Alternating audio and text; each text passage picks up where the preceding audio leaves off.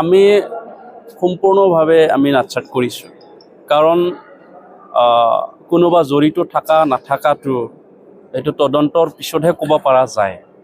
আৰু এইটো এটা সেন্টিমেন্টাল এটা এজিটেশ্যন আছিলে যেটো 6টা জনগোষ্ঠীক অসমত জনজাতিকৰণ কৰাৰ প্ৰক্ৰিয়া যেটো চলি আছে জনজাতিকৰণ বিচাৰা আৰু বৰ্তমানৰ 14টা জনগোষ্ঠীয়ে যেটো জনজাতিৰ যেটো লাভালাভ বা জনজাতিৰ যেটো মুনাফা পাই আছে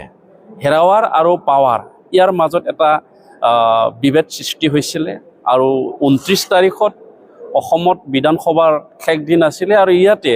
মন্ত্ৰী গোটে যেটো প্ৰতিবেদন হেতু দাখিল কৰাৰ এটা কথা আছিল তো হেতুকে লৈ পেলে আমাৰ বডলেণ্ড ইউনিভাৰ্সিটি বা বিভিন্ন কলেজৰ ছাত্ৰ ছাত্ৰীসকলে বা ইয়াত অকল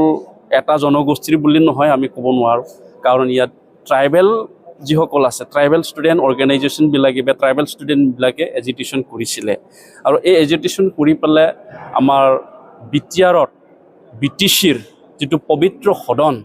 আমি সন্মান জনাও সদনটোক কাৰণ ই 5000তকৈ অধিক শহীদ হোৱাৰ বিনিময়ত আমি এই ব্যৱস্থাপনাটো পাইছোঁ অসম ৰাজ্যত মাত্ৰ 2টা এছেম্বলি আছে অসম হিচাপে দিছপুৰত আছে আৰু কাউন্সিল হিচাপে বিটিআৰত আৰু য'ত অসমৰ প্ৰথম এছেম্বলি আমাৰ প্ৰমোদ বড়ো ডাঙৰৰ নেতৃত্বত যেটো চৰকাৰ আছিল আমাৰ ইয়াত এই সময়ত অসমৰ প্ৰথম এছেম্বলি আমাৰ কোকৰাঝাৰ বিটিচিএলত হৈছিল এই সদনটো আক্ৰমণ কৰাটো বা ভাঙি চুৰমাৰ কৰাটো আমিও নিন্দা দিছোঁ এনেকুৱা হ'ব নালাগে এজিটেশ্যন বিলাক গণতান্ত্ৰিক পদ্ধতিৰে হ'ব লাগে হেতু আমি সমৰ্থন কৰোঁ আৰু আজি যি আমাৰ এছেম্বলি আছিল বিটিচিত ইয়াত হাউসে যেটো সিদ্ধান্ত লৈছে কনডেমনেশ্যন দিয়াত আমি ইউপিপিএল তৰফৰ পৰাও হেতু সঁহাৰি জনাইছোঁ বা সমৰ্থন জনাইছোঁ যে আমিও হেতু কনডেমনেশ্যন দিছোঁ